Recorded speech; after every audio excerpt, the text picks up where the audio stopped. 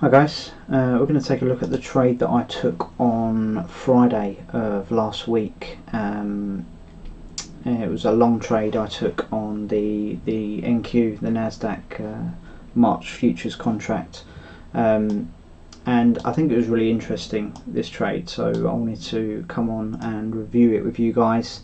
A few things to note off the bat that I had marked out is the 4-hour fair value gap, or busy, buy side imbalance, sell side inefficiency, that had previously held the market up on the 4-hour chart, and the London session used this to drive price higher. So I had that marked out prior to the market open. And then if we look on the 15-minute as well, there was a little nested 15-minute fair value gap in here as well.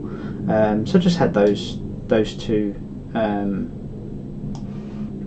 marked out, and then obviously we've got the London low here. The Asian lows, the Asian highs were up here somewhere, but we don't need to worry about that because that's already been taken out.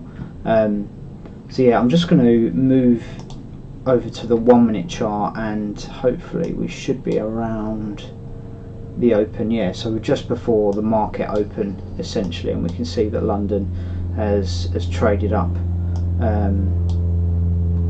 really nicely. And I actually, if we move forward a little bit, I was actually watching price here, and it created this inefficiency in here. Create a fair value gap on the 1-minute chart at the market open. I actually took a small long in here. If we just move it forward a little bit, yeah, so it respected that.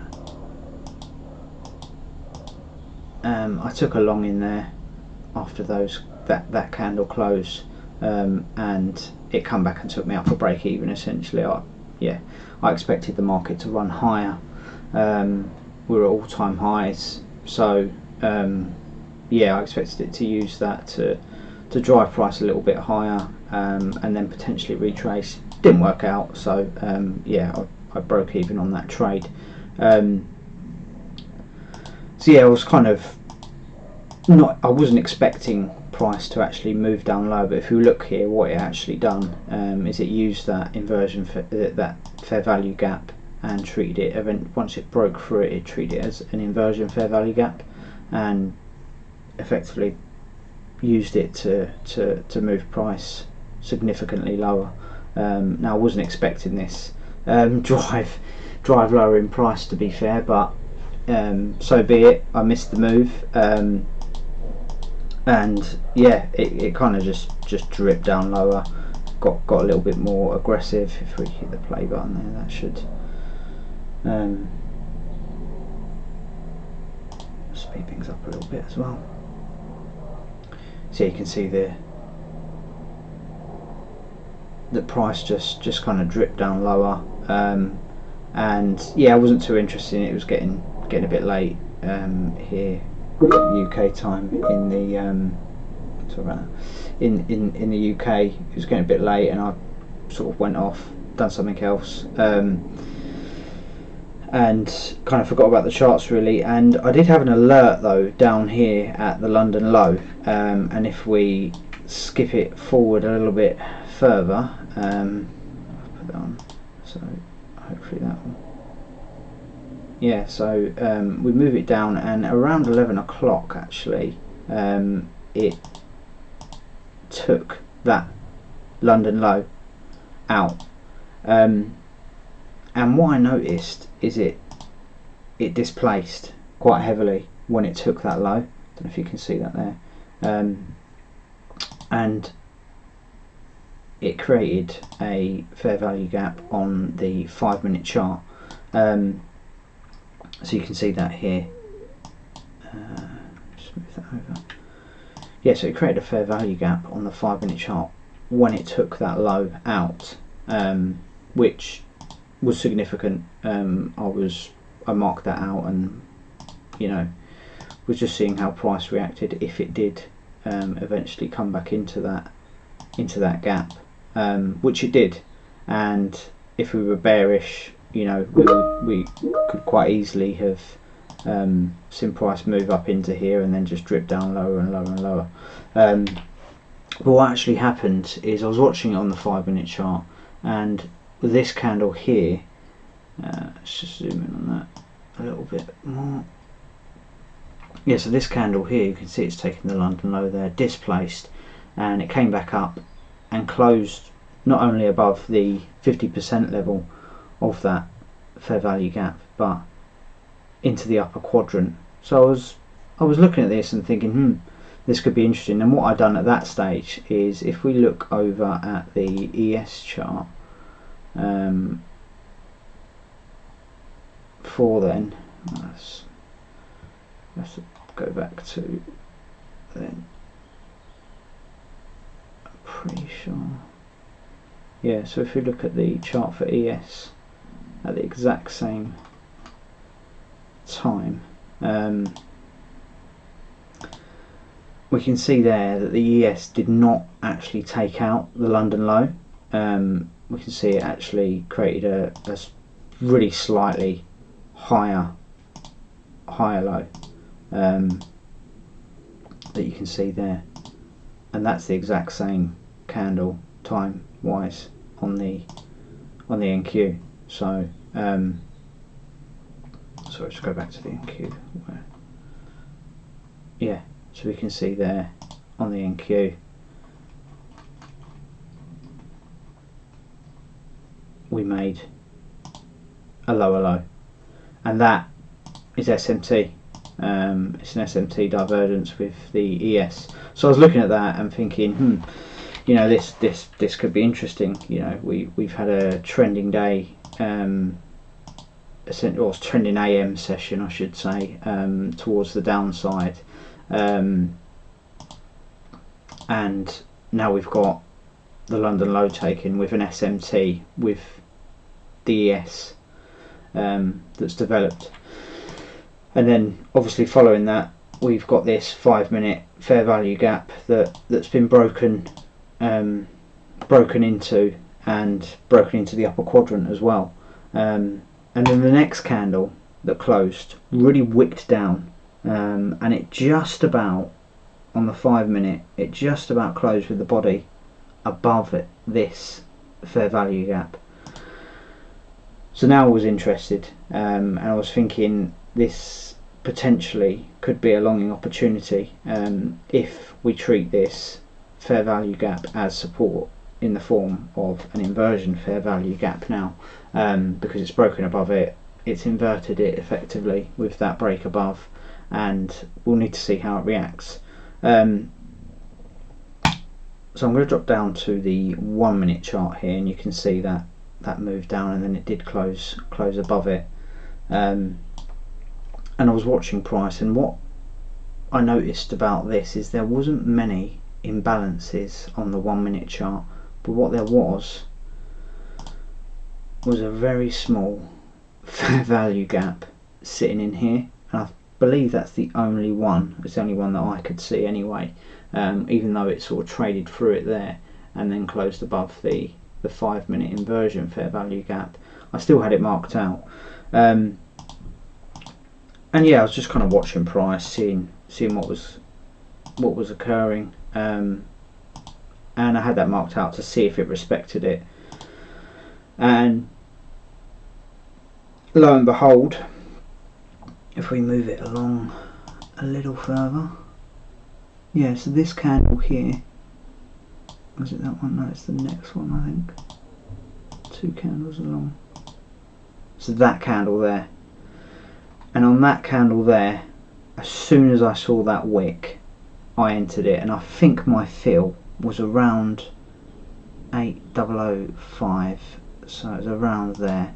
But for the sake of this review, I'll just put the buy in here. So here I entered a long position. Now, why did I enter a long position? We got SMT, we've got a higher time frame PD array that's already supported us in the form of the 4-hour busy or fair value gap.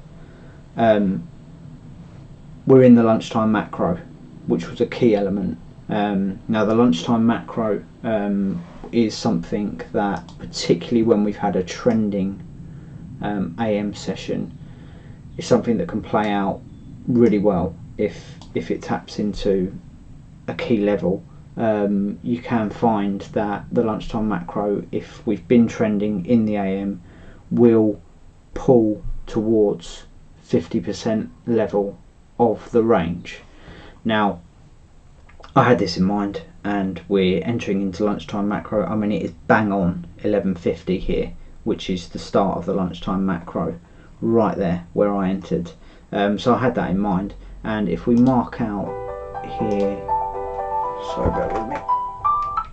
If we mark out here the high to low, and we can see the 50% level there, and I actually noted that there was something interesting around that 50% level, and it's this: there was a fair value gap here, and there was actually a really nice shorting opportunity in here that I missed, but it was still prominent, that shorting opportunity. So you see there, we could have shorted it down to the London lows, because it was around the 50% level and it created highs here, and I was imagining that people that would have shorted that would have put their stop losses above those highs. So this, around the 50% of the range, was my level that I had in mind to target. I thought there was a high chance that we would draw up to that. That was my draw on liquidity. So we've got all the frameworks there for a long position, a long trade. Stop loss was below these lows, essentially. I didn't see any reason, if the trade idea was correct, that we would go any further lower than that low. So I had my stop loss down there.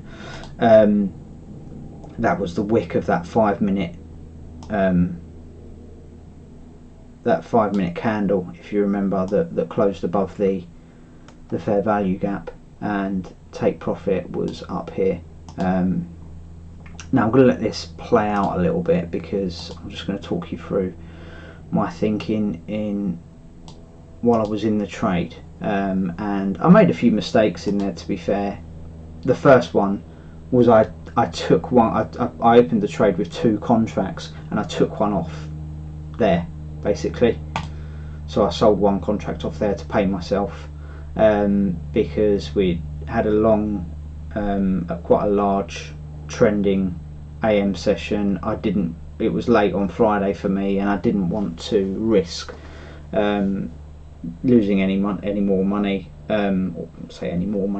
any money basically. So I took one off there and thought I'd leave the rest to run, which, in all honesty, I probably should have waited until we got above these highs before doing so. But you know, you live and learn. We can't all be perfect. It was a bit of an impulse thing to do. So I took one off there, and as you can see, we did eventually get above those highs, and at this stage I stuck my stop loss just over break even, just to cover myself. So generally when I'm trading, I'll look at the immediate high, which is this one in this case, and as soon as we break above that, I'll stick the stop loss over break even. That's generally sort of my rule of thumb. But as you can see, it's kind of displaced really nicely here. We've got some bullish fair value gaps that are being created, so I don't see any reason that this wouldn't play out quite nicely. If we look at the 5-minute chart, we also had some 5-minute fair value gaps, bullish fair value gaps being created as well, which is a good sign. And yeah, being in the trade, hardly any drawdown basically from this, which was really nice. So let's just play that out a little bit longer. I was looking as well at this small imbalance in here, so this potentially could provide some resistance, and that's on the 1 minute. So yeah, I was looking at that just to make sure that it closed above it, and I think it does. So as soon as it closed above that, I knew we were in business, you know. 12:04 I've got, so 11:55. Yeah. So I'm quite confident now. I've kept my stop at break, at just above break even. But if we look here at this, I think it's two further candles. So here it started to pull back slightly, and I was kind of thinking, is it gonna reverse on me?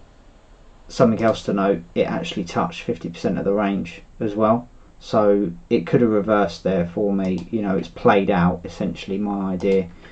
It hit that 50% level. At this stage, I rolled my stop loss up right up here. Where did I put it? 38.25.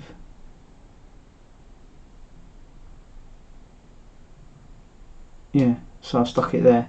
Yeah, I mean $600 profit, so I wasn't complaining even if it came back down and took me out, but very close to take profit there.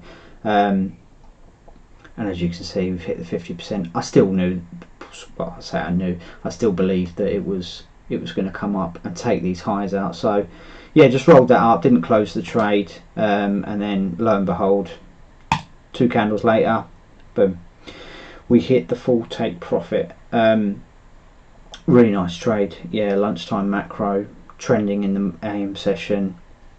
Can see some displacement here, and if we look at this, what I really liked is if we look at the lunchtime macro time, which is 11:50 to 12:10, that literally was almost perfect trade in terms of timing, because opened at 11:50, closed at 12:06, which is just before the end of the lunchtime macro. So yeah, it was a really satisfying trade. I can't remember how much we earned 1.1k I think on that. Yeah, it was about 190 odd ticks, 2.4 RR. Yeah, really pleased with it. I then shut down the charts for the day, but later on what was really satisfying is I came back to look at the charts later on, and if we'll just move over to the 5-minute chart here, now sometimes price will just explode up, and you know, you'll be sitting there, and I mean, I was happy that because I took the money that I wanted from the market, but sometimes you'll be a little bit aggrieved because you will feel like, oh, maybe I should have left one contract on, let it run a little bit longer, maybe just sort of rolled the stop loss up. I was really happy with this because it comes all the way back down, and would have taken me out for break even had I left my stop loss at break even. And it just kind of consolidated, to be honest with you, for the rest of the day. Didn't really do much, and dropped. Yeah, it would have probably hit my stop loss as well. Yeah, so it just kind of went a bit sideways, dripped down a little bit. Didn't really do much. You know, there's no trade in there really. So I was really happy that I caught that. And yeah, I just wanted to share that with you because I think there's a lot of useful information in there, and hopefully help you guys to understand how I frame trades, generally looking at the 15, 5-minute and then the 1 minute for triggering orders basically, but I'm taking a lot of different things into consideration when looking to enter a position. It's not just, oh, we've had we've had a market structure shift and a fair value gap develop. There's a whole host of ideas behind it and concepts behind it as well. So that was my trade from Friday. I've got another review as well of a trade that I took yesterday that I posted that was equally as satisfying. I think there was zero drawdown on that as well. So if you guys like this kind of content, then let me know. Hopefully you find this useful, and I'll see you again soon.